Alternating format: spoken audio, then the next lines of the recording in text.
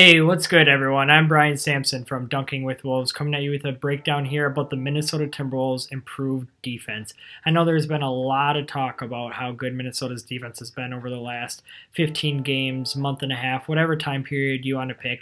They've been good, but why have they been good and what have they been doing? That's what I'm here to show you guys. A lot of people have a misconception about defense that you have to go above and beyond your roles and responsibilities in order to be a good defense. But basketball is a simple game, and especially on defense, all you have to do is force the offense to take tough shots over you, and you take away what they're best at. And Minnesota has been doing a really nice job of that. So let me show you exactly how they've been so successful over the last X many games, whatever you want to choose. Let's dive in. Let's start out by looking at the help defense that Minnesota has been implementing, and it's really been effective. They do not finish this possession off on the right foot by gathering the defensive rebound, but everything up until that point is absolutely marvelous. So let's look at exactly what they've been doing to help each other out. Alright, so let's take another look at that. After the Timberwolves bucket, Jeff Teague gets cross-matched onto Paul George down low, which is an obvious mismatch. So after Westbrook throws the entry pass, Teague does a nice job of bodying up Paul George, and Butler then comes to help. So this is when the Timberwolves do a great job with their rotation. So Butler's doubling, right? And he's leaving his man unattended. So Taj Gibson is going to slide over off of Carmelo Anthony to pick up Butler's man. So once that pass is made to Westbrook, Gibson will pick him up. Wiggins is going to slide off his man in the corner, pick up Anthony. And then Teague is going to sprint all the way to the corner to pick up the shooter in the corner.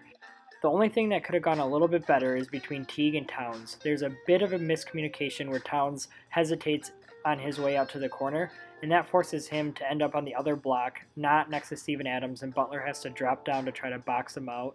But Adams is too big and strong, so he corrals the rebound, and that allows the Thunder to reset, and ultimately they get a bucket from Westbrook.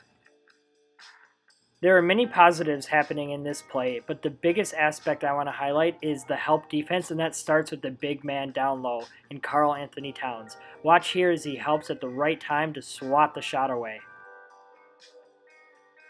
This play starts with Westbrook bringing the ball up the floor right at the top of the key, and he's going to go into a ball screen with Carmelo Anthony. You can see him jostling for position there with Gibson. So Gibson switches onto Westbrook, and that puts Melo on the block with Butler, and Melo loves to feast on that right block. So after he gets the pass, Butler does a nice job of bodying up. You see how he's leaning into him, not allowing him to get where he wants to on the floor. After he does that, Towns is about to come over to help, but he decides at that spot it's not the right time, so he recovers back to his man Adams, puts his hands on Adams, and then when Melo tries to do the up and under, that's when he decides to come over and swat. And that may seem simple, but earlier in the year, Towns was getting a lot of flack, and I was one of those main critics that he was jumping out of position and not at the right time. But here he does a great job of picking his spots for the block party. Let's run this playback just one more time so you can really appreciate the beauty of it.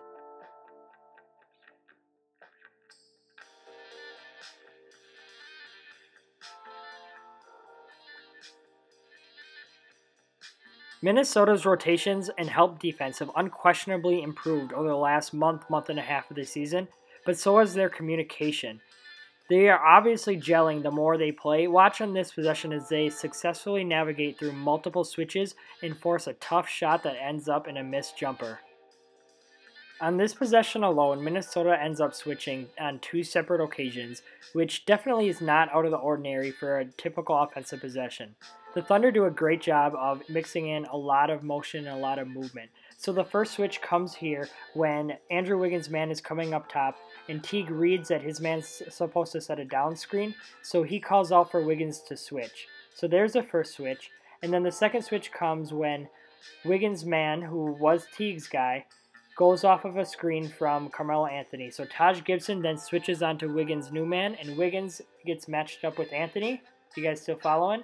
And Wiggins does a great job of keeping Anthony in front of him and making him settle for the tough 20-footer. Finally, Minnesota isn't doing anything overly complicated or anything new. They have the same scheme they've always had, but they are just doing a better job of keeping their man in front of them on the perimeter. The wings, such as Marcus Georges Hunt, as you see here, and guys like Wiggins, even though he has a ways to go in his stance, are playing better and keeping guys in front of him, forcing them to take shots over their outstretched arms, and it's paying off big time. As I said, basketball is a simple game, and Minnesota is playing a very simplified version on defense and forcing offenses to hit tough shots every single possession, which they haven't been able to do. So Minnesota's not doing anything they can't replicate throughout the rest of the season, so I look for this good defensive play to continue down the stretch. I appreciate you guys checking out this video, and I'd really appreciate it even more if you guys would like this video, subscribe to the YouTube channel, and for all my content, you can check it out on Twitter at BrianSampsonNBA. Hope you guys tune in next time. Thanks, Wolves fans.